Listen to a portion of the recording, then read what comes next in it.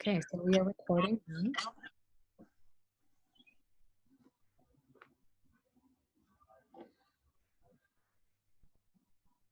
Is everyone feeling good? Ready to share your stories and speak with an amazing audience? Ready. Oh, yes, we are ready. All right, I just started the live.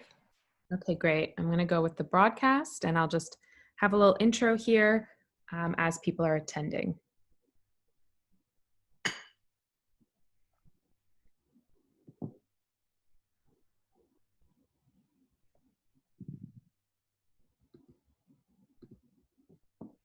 Hello and welcome. Welcome to the Hunger for Justice series.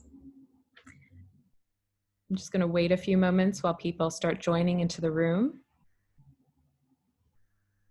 This is episode 16 of the Hunger for Justice series. This is Food Sovereignty is the Answer with Elizabeth Mpofu. She is General Coordinator for La Via Campesina. She's joining us from Zimbabwe. This episode is moderated by Tanya Kerssen, a writer and strategist with Real Food Media. This episode is being recorded and will be available for public viewing on YouTube. Thank you everyone for joining the live broadcast. We'll be populating the chat with links to follow and support today's speakers. And we're also gathering questions from the audience throughout the discussion, so please submit your questions to the Q&A box in the Zoom. Again, this episode is being recorded. This broadcast is brought to you by A Growing Culture, advancing a culture of farmer autonomy and agroecological innovation. Here's the founder of AGC, Lauren Cardelli.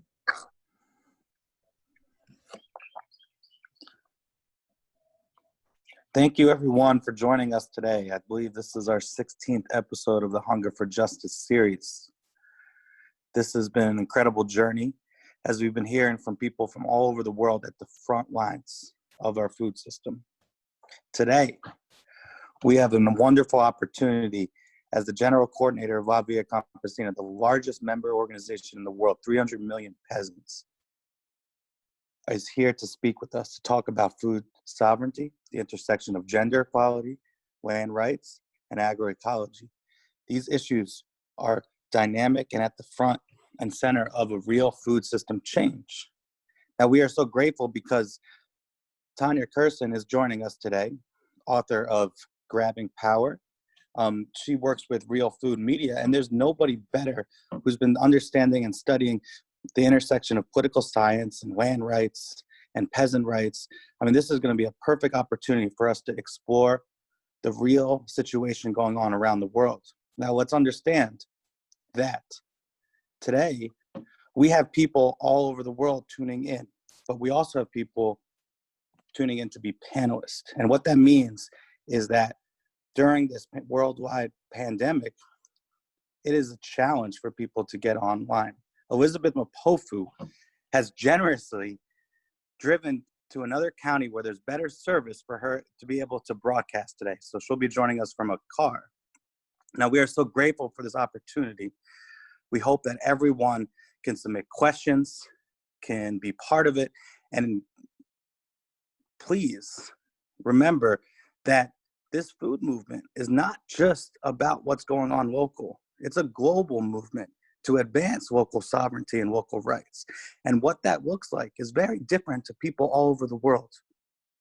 Last week, we had Korean Women's Peasant Association. The week before, we had the Filipino peasant movement. And today, we have somebody who is excellently positioned to weave together the narratives of all the peasants around the world, all the farmers and smallholder and indigenous communities that we've heard from, because it is the largest organization here, the largest organization that ties all these voices together, advocating for change and creating a future that we all can live together. So please, I want to introduce Tanya Kerssen of Real Food Media to take the helm and lead this conversation. Thank you, Tanya. Thanks, Lauren. Thank you, and thank you to A Growing Culture for inviting me to be part of this conversation. In preparing for this, with Elizabeth, I've been reflecting a little bit on my personal connection to this topic and how it's really, for me, rooted, first of all, in the experience of my parents, who are both from small farming families in the US and Canada that ended up losing their farms and moving into manufacturing in the 1960s, like so many small farming families in that time and still around the world. But they always thought like farmers, and they really instilled in me the value of growing and preparing healthy food, and also fighting for justice. But I don't think I really made the connection between tending my garden and the fight for justice, two of my favorite things, until I learned about La Via Campesina as a college student. So as Lauren said, La Via Campesina is an international confederation of over 200 million, maybe 300 million by now, small farmers, herders, fisher people, and farm workers from 182 organizations in 81 countries. So it's been called the largest social movement in the world. In less than 30 years, it's reached impressive levels of global influence. For example, advocating for food sovereignty and peasants' rights at the United Nations, and in other, in governments and in other international spaces. I've been really fortunate to visit places with active peasant farmers associations, from Cuba and Honduras to the Basque Country of Spain to Senegal. And I will make it to Zimbabwe someday if we can ever travel again. I've always been blown away by the experimentation and innovations of peasant farmers, and especially women farmers, while at the same time often resisting violent forces like military repression, land grabbing, and the climate crisis. Even with those massive challenges, peasant farmers, primarily in the global south, grow more than 2/3 of the food that people actually eat. So let me say that again. Peasant farmers, not industrial agriculture, feed the world. And they do it on far less land and with a much smaller carbon footprint. So with that said, and for all of these reasons and so much more, I'm so pleased and humbled to welcome Elizabeth Mpofu to this program. Elizabeth, it's really great to see you again. Thank you. Do you want to start by just introducing yourself and where you're speaking to us from? Thank you, Tanya. I'll just briefly talk a little bit of myself. I am a practical woman farmer who is really dedicated to the livelihood of the peasants, especially the rural women who are the majority of food producers.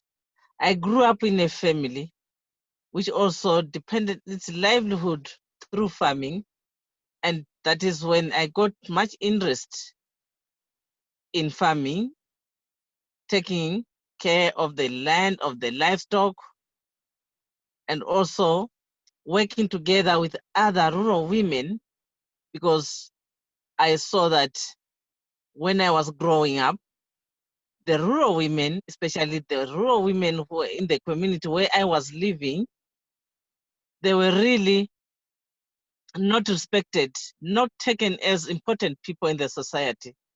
That is why I dedicated myself to really work with the rural women and to take up the role of a woman, to share the challenges, to see how best we can fight and struggle together as women for our recognition, for our respect.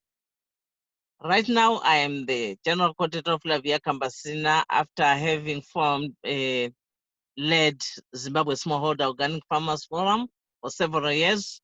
And also, I chaired East and Southern Africa Smallholder Farmers Forum from since 2003 to 2011. And right now, I am also the co-founder of the Rural African Women Collaborative for Healthy Food Systems, which is also looking at the rural women issues. How are we really producing? Why are we producing? Are we really focusing more on just production and not really considering the healthy issues? So this is my role as I always speak, and I am happy to be invited to this webinar and also maybe to share a little bit of my knowledge and my work. Thank you so much, Tanya, for giving me this moment. Yeah, thank you for being here, and thanks for all that you've done, and to be able to get online and join us today.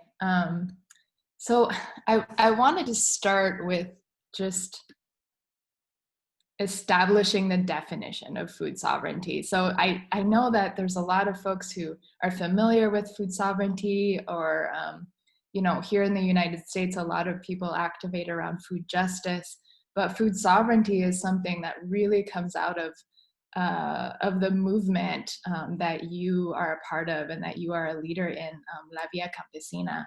So can you remind us, like, what is the definition of food sovereignty? And also maybe what makes this concept so different from food security? Thank you, Tanya. To begin with, we know very well, food security has been the concept which has been used for ages and ages. And even when I grew up, there was food security, food security. Food security, to me and to us as peasants, as La Via Campesina, this means that we eat just abundance of food.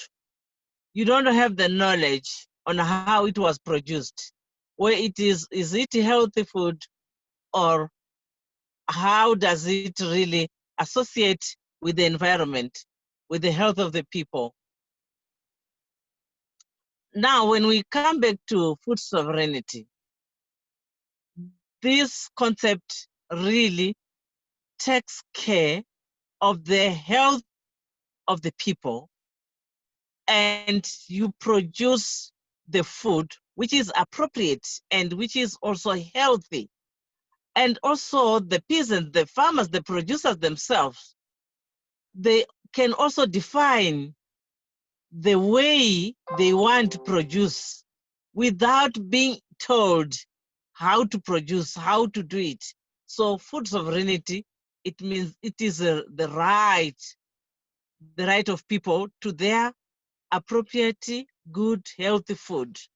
And also it has this cultural aspect, not necessarily the industrial farming system, which brings about the food security concept.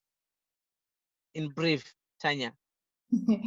Yeah, my friend Raj Patel has said about the difference between food sovereignty and food security, that you can be food secure in prison, which I think is interesting because, of course, you know, food sovereignty, that word sovereignty is really points to, it's about liberation, and that when you control your own food, nobody can control you. Exactly. Can you share a little bit about, you know, you're speaking to us from Zimbabwe. It's your home country. Can you talk a little bit about the history of food and agriculture in your country, and what led you to create ZIMSOF, the Zimbabwe Smallholder Organic Farmers Forum, and just why food sovereignty is important for ZIMSOF and for Zimbabwe?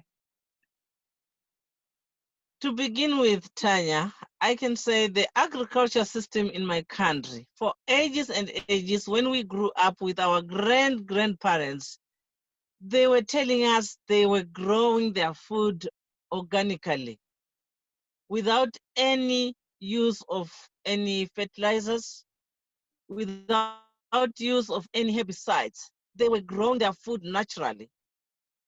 But when the colonialists came to our country, they now introduced this industrial farming system, like they wanted to promote the businesses rather than focusing more on producing healthy food for the people. And as we grew up, we know very well, we were just supposed to grow maize, which the colonialists found this is a good market. It can create a good market for getting the diversity of food crops which were grown by our ancestors in our country. And right now, we are a mixed bag in our country because we have commercial farmers who are really producing industrial through industrial farming system. And now we are here talking of agroecology farming system, which we are now fighting to have policies that can also support the agroecology farming system, because we know very well, we have really witnessed that this is the only solution which can help the poor of the poorest to manage to feed their families, even to feed the countries, because you just use what surrounds you.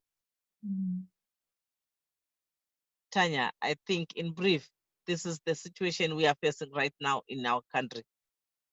Sure. So essentially, the idea with creating SIMSOF and the food sovereignty movement there in Zimbabwe is about, to some extent, it's an answer and it's a resistance to a colonial imposition of agriculture. Is that right? Yes.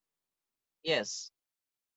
Yeah. And so what I'm also hearing from you is that the agroecological model, which we'll get into in a little bit, we'll talk about that more, is really about using what's around you for local consumption as opposed to growing something for the market or for export. Yes. Yes. Great, thank you for that. You know, one thing about this concept of food sovereignty that we're starting to get into the richness of is, you know, you've already named some of the key components of food sovereignty, right? That it's people's right to define their own food and agricultural policies and make their own decisions about the food that they grow in a way that's sustainable and culturally appropriate.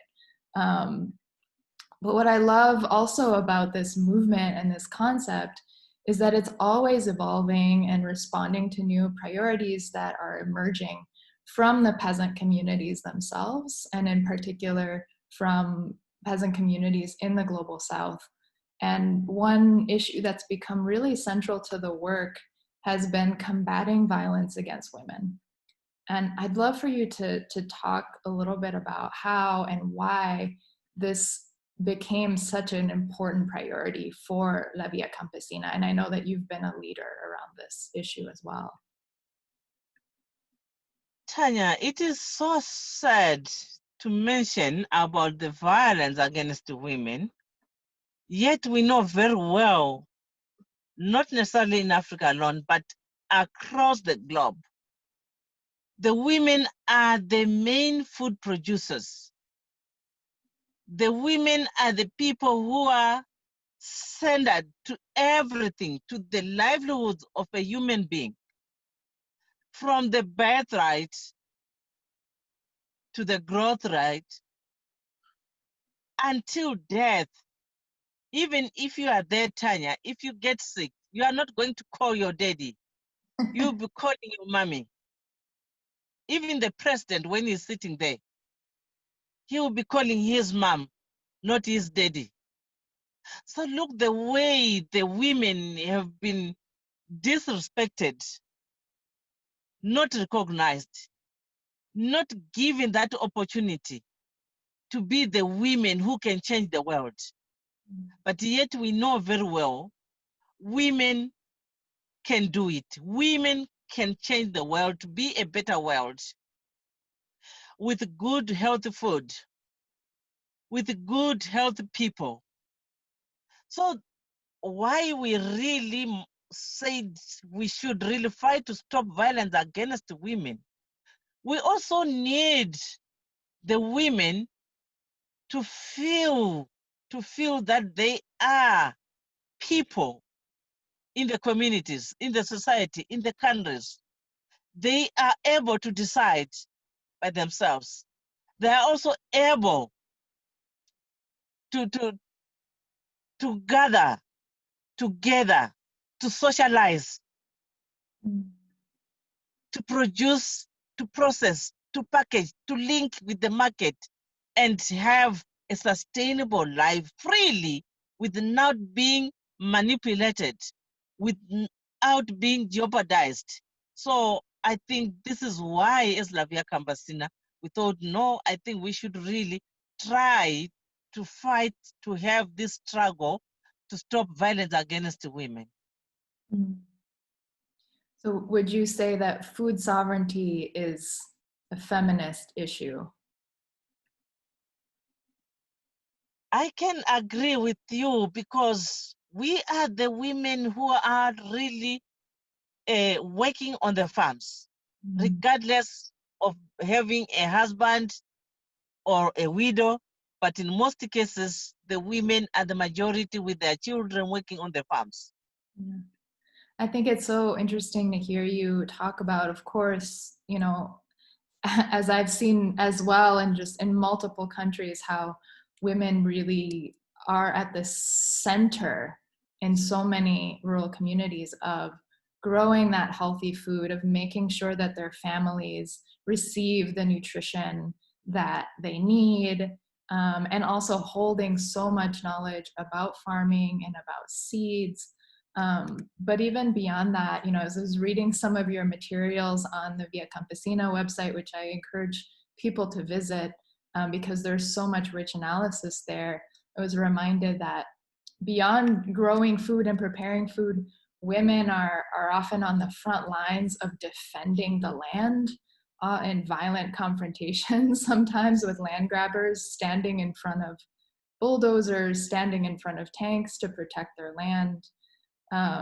You know, speaking out against the use of dangerous pesticides and the impacts that those have on peasant families. So really there are so many roles that women play, I think, in this fight for food sovereignty. It is true, Tanya. Even if we look right now, the moment we are facing due to this COVID, you see that the women are the most people who have been affected by this pandemic. How so? Yeah, How because we are no longer able to gather as women and to socialize as we used to do, to exchange our seeds, and also to take our goods to the market, to the nearest market together as we used to do.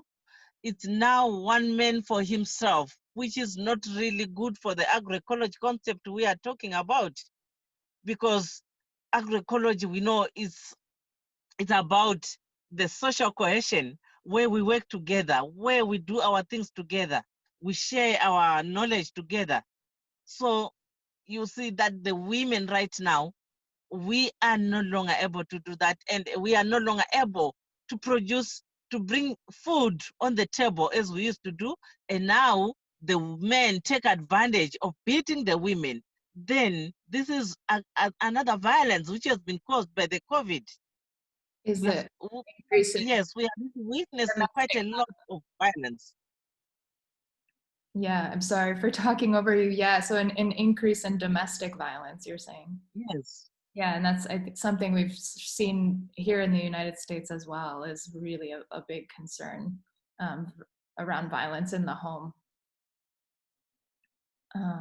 So you've started talking a little bit about agroecology and why agroecology is more appropriate, and why especially women farmers are fighting for agroecology. Can you explain a little bit more what agroecology is and why it's so important? With my understanding, Tanya, and also with other members of the Campesina, what we know about agroecology, this is our local knowledge, which we know very well that it also associates with the environmental concept, taking care of the environment, taking care of the soils.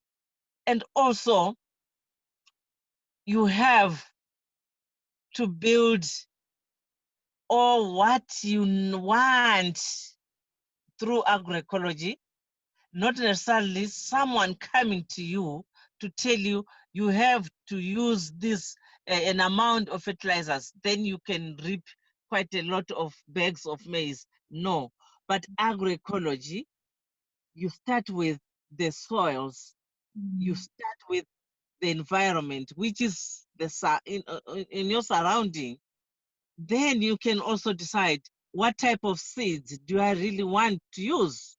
And we talk of our own local indigenous seeds, which we use, which are also resilient to the droughts, because we are facing a very big challenge right now with the climate crisis. Now with the agroecology concept, we have seen that even if we don't have enough rains, with agroecology farming practices, we know very well you can manage to harvest enough food for the people. You can also harvest enough food to sell to your community members. And also, we know very well how healthy agroecology farming practices are to the lives of the people, because there are no use of pesticides. We don't use any herbicides on our farms. So this is very, very important. Can you think of an example that you could share of an agroecological practice or a technique maybe that you use yourself or that's used in your community? In our community, as we speak, we are busy preparing for the coming season, and we have already managed to do some water harvesting techniques, because we know very well that the water table in our region where we are, is very, very low, and we managed to capture the little drop of water we receive. So we are practicing what we call water harvesting techniques, whereby each farmer has to have those techniques on his or her farm. And also to manage the environment, we are also insisting the members to grow quite a lot, to plant a lot of trees, different species around our areas, so that we also attract the rains when it is time for the rains. So quite a lot is happening due to the practices of agroecology. And we are also using our own local indigenous seeds. And with agroecology, we know we have to share the seeds, we have to exchange or to do barter trade within the communities. And also we usually plan what we call farmer to farmer exchange visits, whereby farmers from Mozambique can come to Zimbabwe to share the experiences of agroecology, to share the seeds which they have. Farmers from South Africa, farmers from Namibia, across the globe. This is how agroecology is practiced. Absolutely. I think people sometimes have this idea of farmers as being very isolated, or being in the rural area and not connecting with the rest of the world and sharing this global knowledge and technologies and innovations. But of course, what you're pointing at now is that there are these exchanges in the region and exchanges globally where farmers are learning from each other, and how important that is, probably especially with climate change, right? Exactly, Tanya.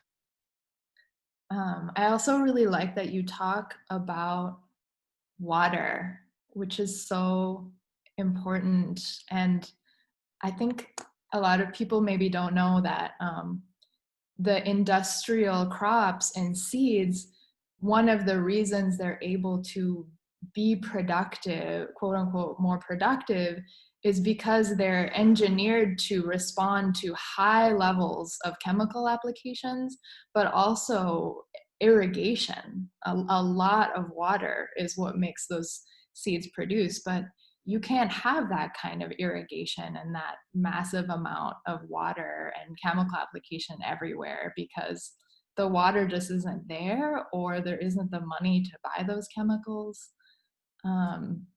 So what you're talking about is really part of the agricultural system is conserving the water, increasing the water that's available through reforestation. I think that's so important. That is true. That is true, Tanya. Let's see. Do you want to talk a little bit more about climate change, or what we've sort of decided to stop calling it climate change and start calling it the climate emergency or the climate crisis? But can you talk a little bit more about how the changing climate is affecting smallholder food production, and especially women?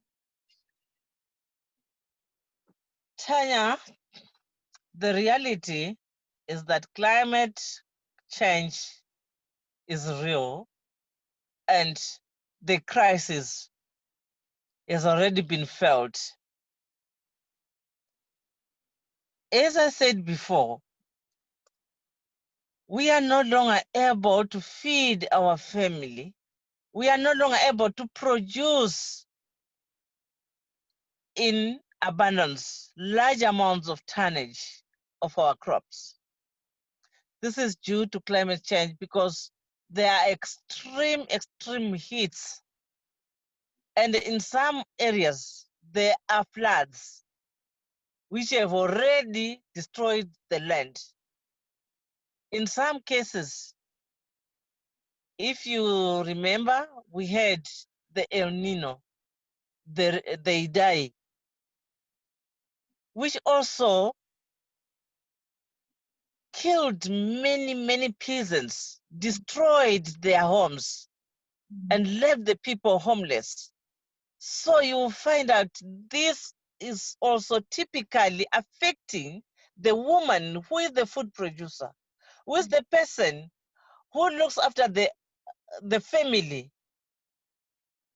So if this climate change continues, automatically the woman who is on the farm, who is at home, will not have that strength to continue producing food.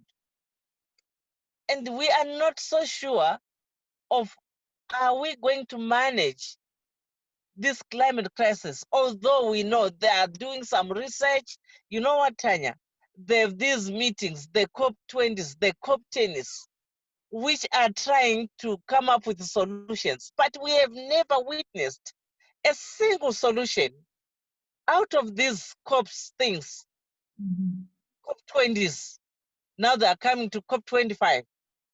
Are they going to manage to come up with the actual solution rather than try to come and talk to the really farmers who are practically on the ground and see how best we can work together to adapt to this climate change? Because we know very well, although we know we are not researchers, but we have some knowledge, Tanya, and we can also approve and prove to the world that the way we are adapting to climate change, it's of good health to the soil, it's of good health to the environment and to the people.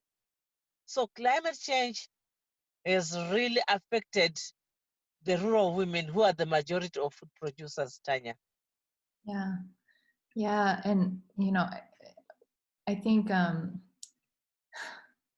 there's this phrase that's used a lot, you know, via Campesina uses and others, of false solutions, right? Where we talk about these things that are proposed, that are not likely to actually solve the problem. And one of those things, you know, that I've heard La Via Campesina talk a lot about is climate smart agriculture. Yes. I don't know if you have anything to say about that.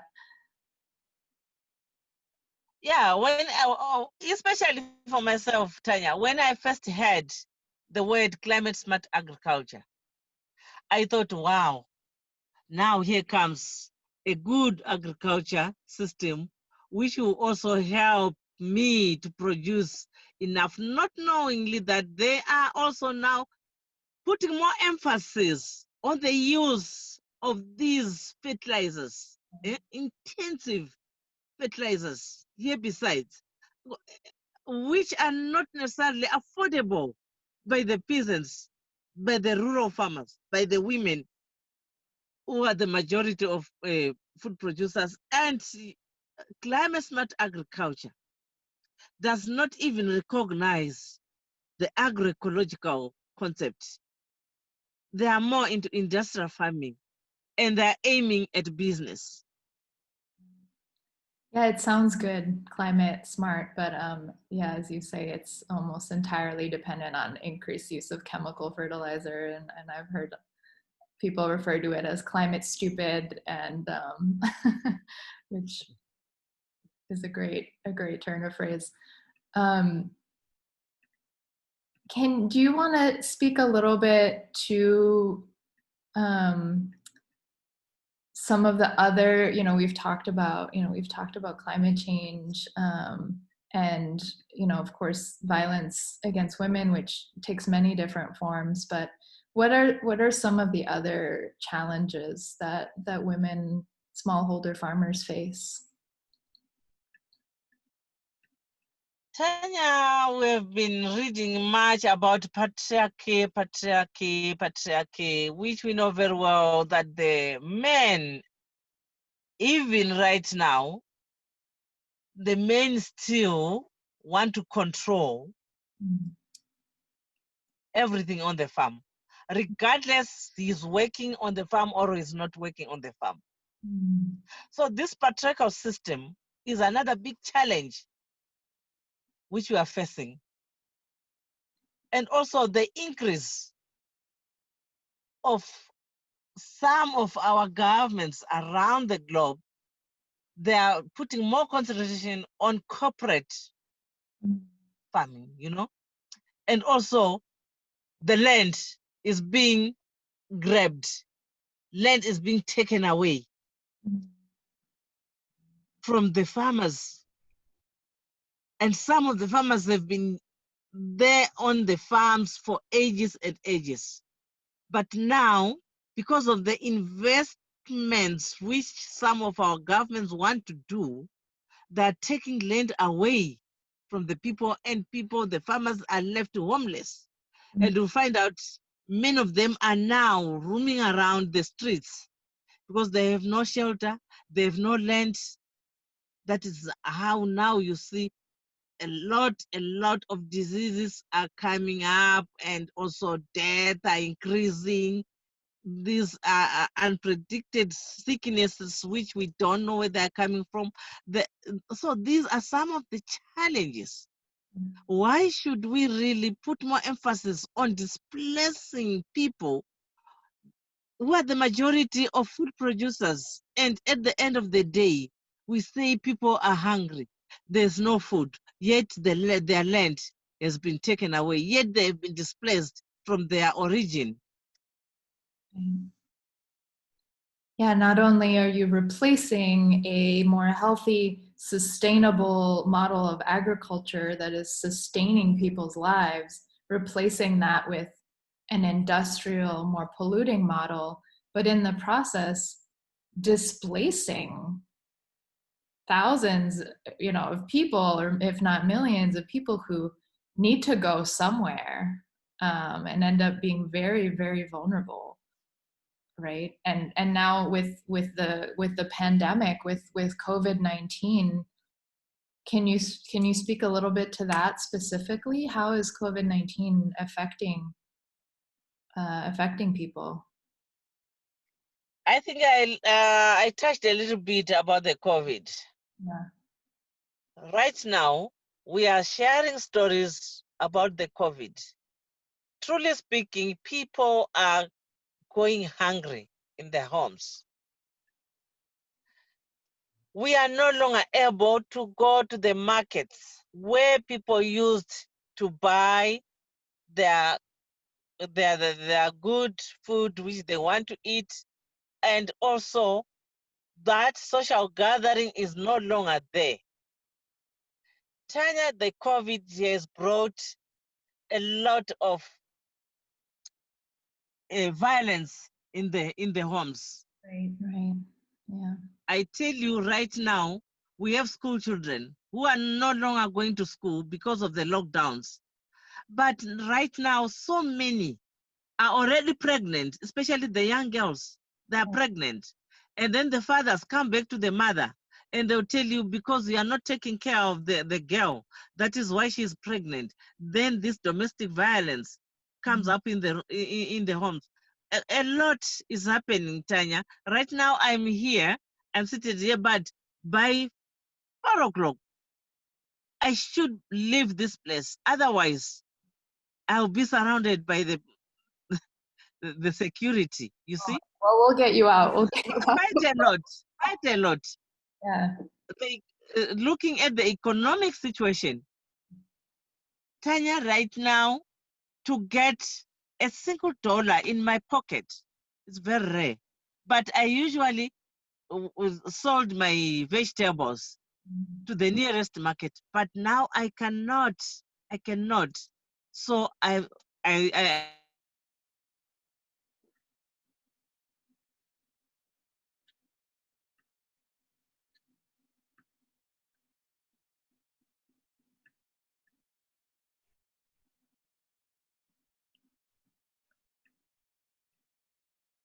at home. They are suffering if they don't get people, well-wishers, to assist them. So quite a lot has been really disturbed by the COVID, Tanya. We can talk and talk. There's quite a lot which has been caused by the COVID-19.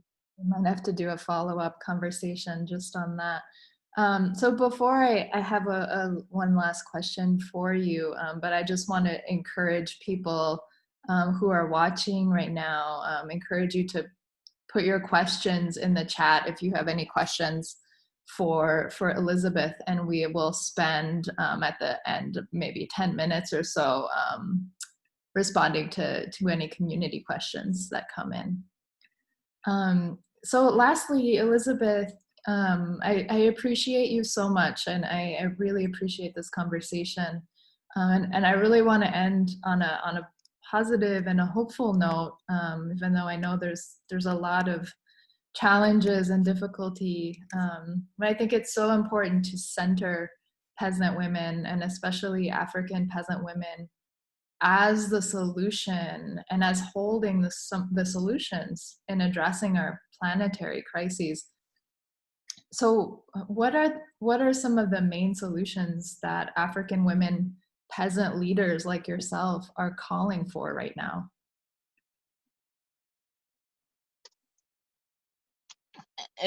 One of our biggest call is to begin with our local leaders, because we know very well where we are living. We have these local leaders who are so influential, and we are looking at the issues of policy formulation processes.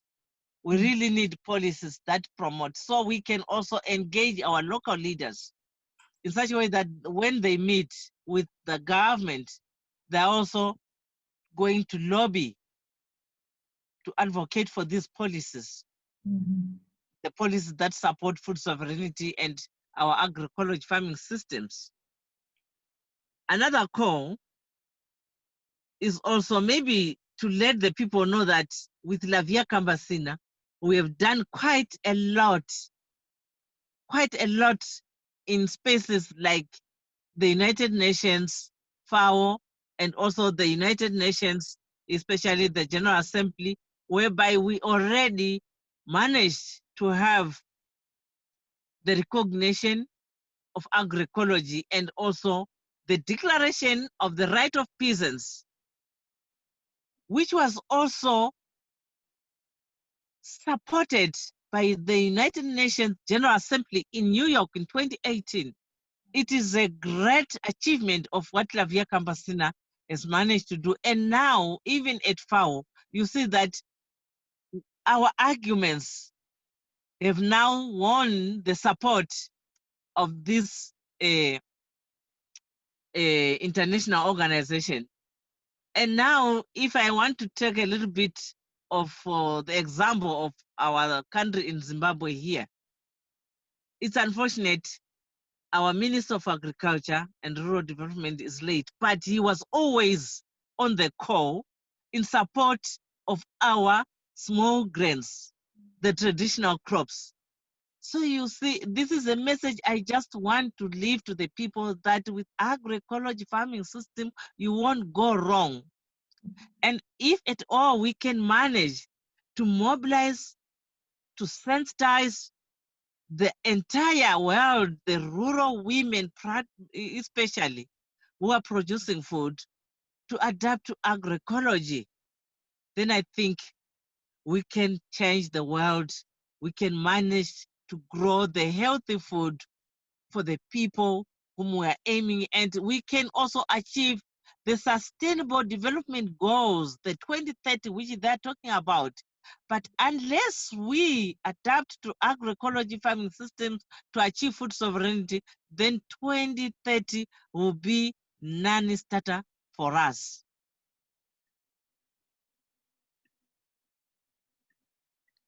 Thank you for those thoughts and those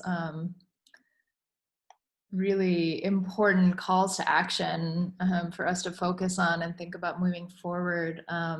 Just want to be aware of time, because I know that we don't want to keep you past your past 4 o'clock Zimbabwe time. So we're going to move to a couple of questions now, I think.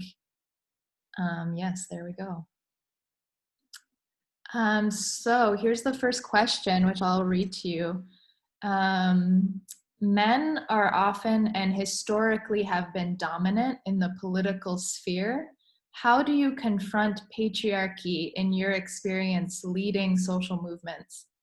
What learnings would you share with women activists who are dedicated to building food sovereignty? This question is from Alexandra.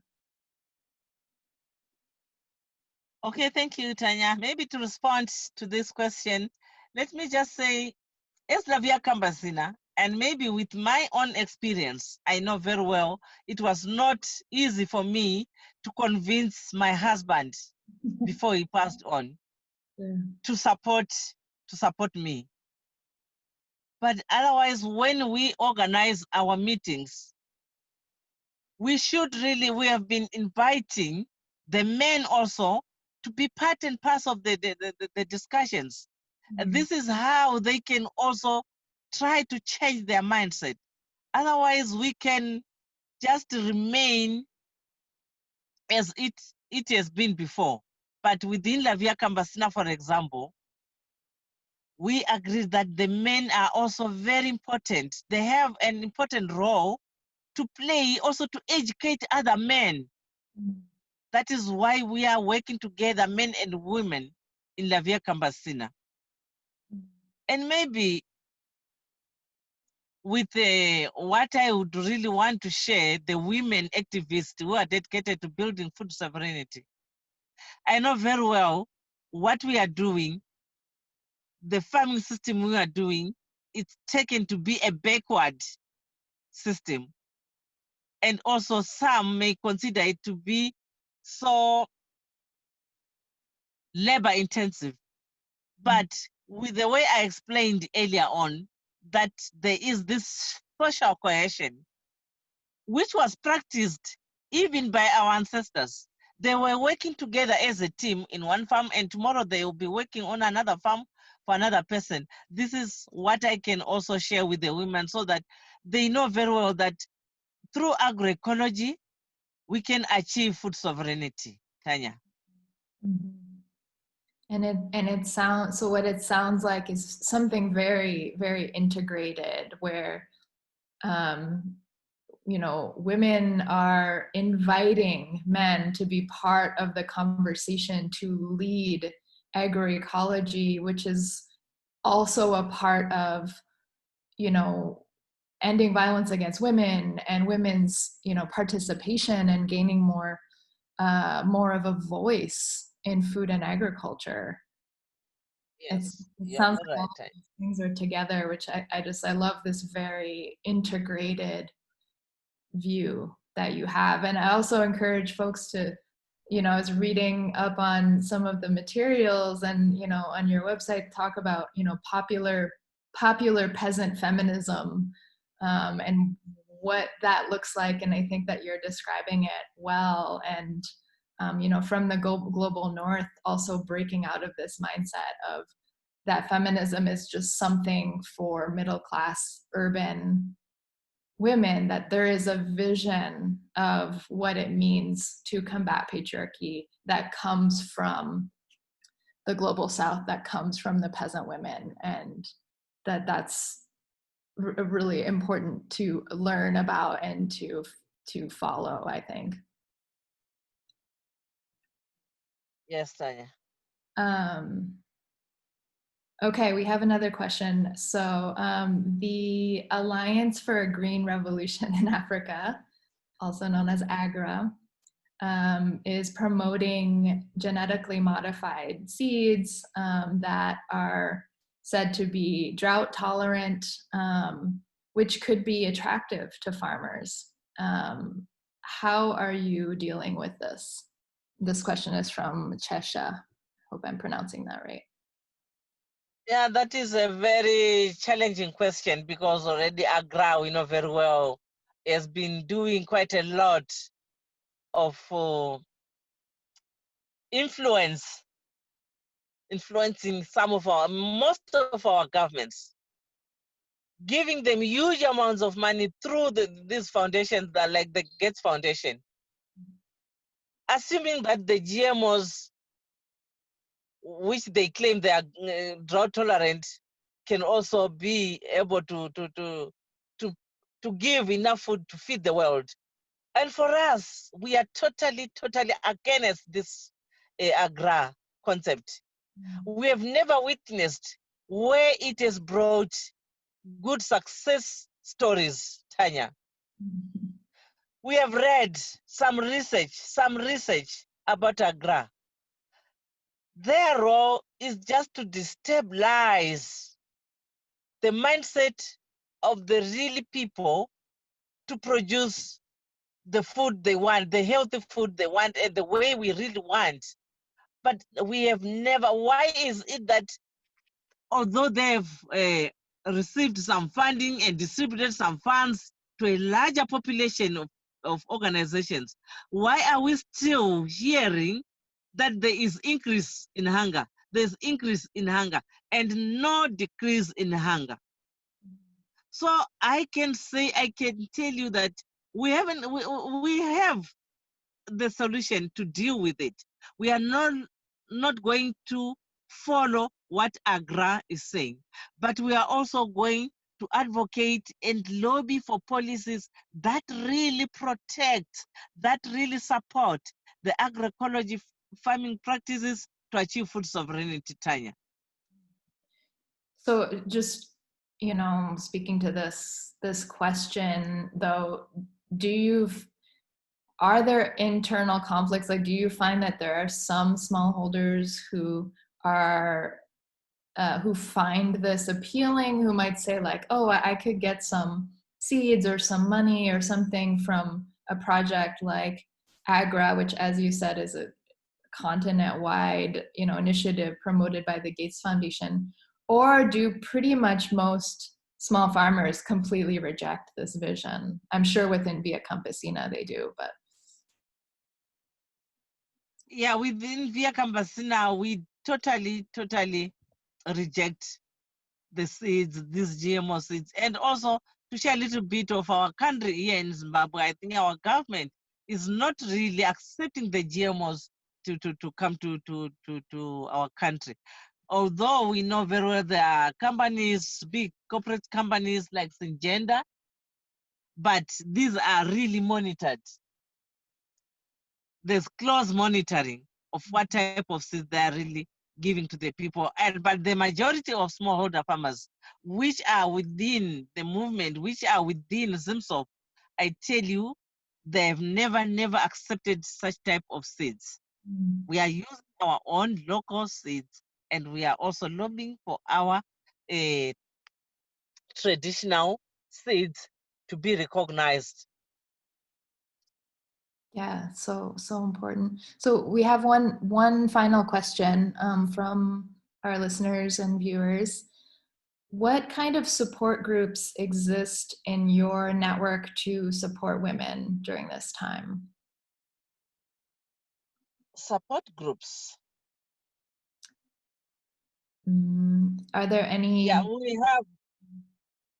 Yeah, we have other networking partners like the Southern Africa Rural Women Assembly. It's a network of which also my organization is a member, and other women organizations. We also have the World March of Women. It's another group of women also, which we are also networking with. And we usually attend some meetings, some conferences, which are organized with the GMAC. This is Gender is My Gender is My campaign. It's another women group also, which we are networking with. So there's quite a lot of support, especially trainings like the leadership skills training, and also some training on these policies to understand more about the policy, because it's an area where most of us as rural women are not, we don't know much about the policies in our country. So some of these networks, they really support us in such type of training for us to acquire this type of knowledge. Yeah, absolutely. That's important to have those networks. So I think we are going to wrap up and pass it on. Yeah, to Lauren. I think we want to be sensitive to the time commitment of Elizabeth. I want to let everybody know that we're sorry we weren't able to answer all the questions. There was a lot of great ones. We'll coordinate with Elizabeth after the broadcast and try to get answers out. This was a really wonderful talk. I really appreciate this. What it kind of reflects to me is that our relationship to the environment is a direct reflection to our relationship within each other, within society. We will never have sustainability as long as patriarchy exists, right? I think for a lot of people, what does this look like? It looks like women making up 80% of the world's climate refugees. It looks like women's voices, which are crucial in solving the climate crisis and the food system ills, being underrepresented and silenced in major decision-making bodies. It looks like women making up a large percentage of the producers of food in many countries around the world, up to 90% in some places of rural Africa, but making up a tiny fraction of land ownership, right? It looks like extractive, yield-obsessed model of industrial agriculture has been pushed into countries in the global south for decades, pushing out peasant food webs that are crucial for food security and biodiversity. In many ways, industrial agriculture is man on machine, replacing a system that was women-led and women-driven. And we're so grateful for the work that Elizabeth is doing, the work that Tanya is doing, and helping bring this to our attention. I can't be more grateful today for both of you to join us at the Hunger for Justice broadcast to share your stories, to engage with us. And I hope that everybody here was able to listen and learn. I want to give Elizabeth a chance to make a final comment before we wrap up the broadcast. Thank you, Lauren. My Thank last you. comment will be just, okay, we really need solidarity amongst ourselves. And if we want to create a better world, we should really try to work together, to come together, to share our knowledges and move together, not necessarily leaving the South for the South problems to the South, the West problems for the West. I think we really need to unite and have a strong, strong voice, and together we can change the world to a better world we really want. Thank you, Lauren. Thank you, Elizabeth. Tanya, would you like to share anything before we close up?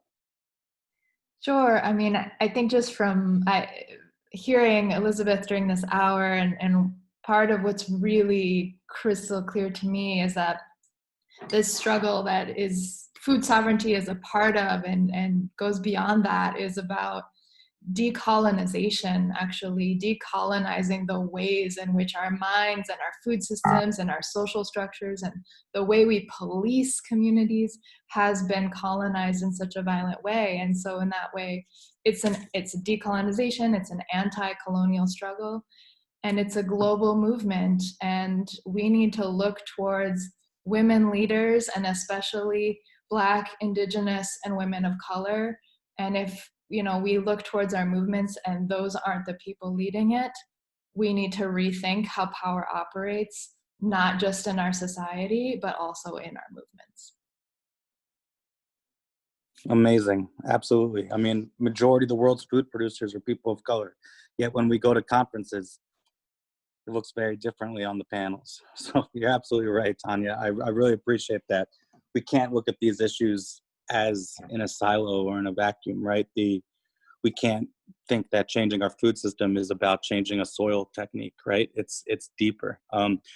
We can't, continuing to ignore the injustice, right, does nothing but perpetuate the existence of these problems.